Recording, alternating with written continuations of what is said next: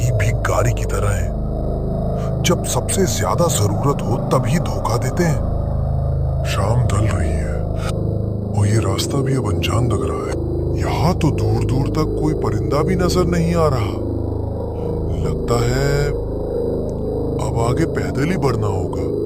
शायद कुछ किलोमीटर चलकर ही कोई मदद मिले।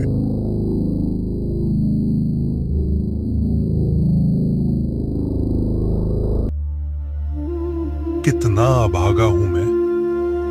पूरी जिंदगी गुजरती गई लेकिन कभी अपने लिए कुछ नहीं कर पाया। हर मोड़ पर सिर्फ दूसरों के लिए सोचा और बदले में क्या मिला?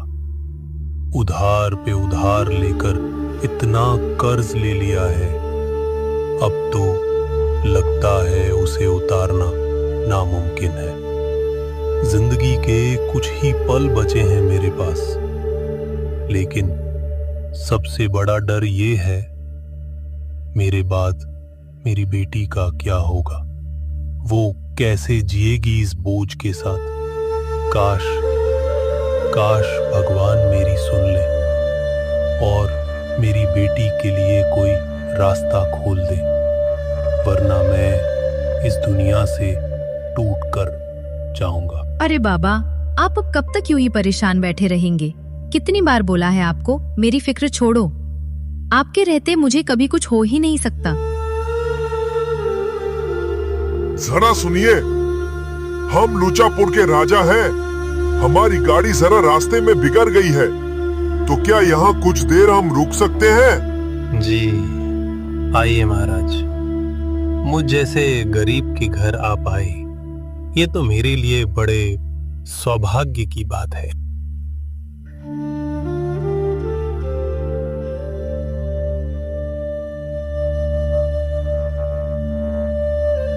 वाह रे खुदा, क्या करिश्मा दिखाया है तूने। इतनी हसीन लड़की और वो भी इस टूटे फूटे झोपड़े में। अरे ऐसी रूह को तो मेरे महल की रानी बनना चाहिए था। दिन भर मेरी महफिल सजाए और रात को सोच के ही मजा आ गया। ओ बाबा, ये लड़की तुम्हारी है? कुदरत ने तो कमाल कर दिया। इतना नायाब हीरा, और वो भी इस मिट्टी में दफन। हुजूर, हाँ ये मेरी बेटी है। हमारी औकात तो बस इतनी ही है। औकात बदलते देर नहीं लगती बाबा। मैं तेरी सारी गरीबी, सारी बेबसी एक झटके में मिटा सकता हूँ। बस एक बात माननी होगी तुम्हें, अपनी बेटी को मेरे महल की दुल्हन बना दो। माफ कीजिए हुजूर, मेरी बेटी कोई सौदा नहीं है। वो मेरी इज्जत है, मेरी जान है। मैं उसे किसी लालच के लिए नहीं दे सकता। इज्जत से पेट नहीं भरता बाबा। ये देखो, थैली में सिक्के खनकते हैं, सोने की ये थैली, और इसके साथ तुम्हारे खेत, तुम्हारा घर, तुम्हारा सारा कर्ज मैं चुकता कर दूंगा। मुझे मंजूर है बाबा। मैं आपके साथ चलूंगी महाराज। सोच लो, या तो गरीबी में मर जाओ या इस सोने से अपनी किस्मत बदल लो। बस अपनी बेटी को मेरी दुल्हन बना दो। ठीक है हुजूर, अगर यही मेरी बेटी की किस्मत है तो मंजूर है।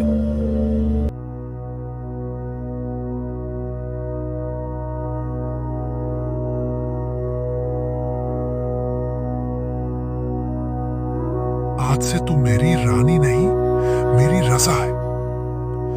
तेरी सुंदरता सिर्फ सजने के लिए नहीं, मेरे मन के हर कोने को जगाने के लिए है। शाम हो चुकी है और मेरा दिल बहुत प्रसन्न है। जाओ और अपने सारे कपड़े उतार कर मेरे सामने आओ। महाराज, ये आप क्या कह रहे हैं? क्या मैं अपने सारे वस्त्र उतार दूं और आपके सामने नंगी होकर आ जाऊं? नहीं नहीं महाराज, मैं ऐसा नहीं कर सकती। ये सब मेरी मर्यादा के विरुद्ध है। मैं आपकी दासी नहीं।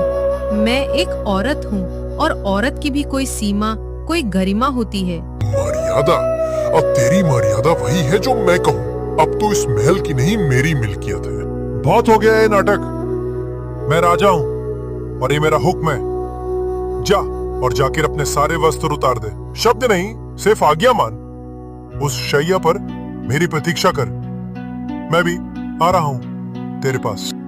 आपने खुद को राजा कहा, मगर आज आपने साबित कर दिया कि आप सिर्फ हवस के पुजारी हैं, ना कि किसी राज्य के स्वामी। जिस देह को तुम भोग की वस्तु समझते हो, उसमें शक्ति भी बसती है। और जब मर्यादा का उल्लंघन होता है ना महाराज, तो वही नारी चंडी बन जाती है। नहीं, ये तू नहीं हो सकती। तू तो मेरी रानी थी, मेरी आज्ञाकारी रानी। माफ कर दे देवी, मुझसे भूल हो गई। मैं एक पल में बदल जाऊंगा, क्षमा कर दो। मैं तेरी रानी नहीं, मैं उस हर औरत की शक्ति हूँ जिसे तूने कभी कमजोर समझा था। क्षमा पाप पर नहीं, पश्चाताप पर दी जाती है। नहीं। जहाँ नारी का अपमान होता है, वहीं उसका संहार भी जन्म लेता है।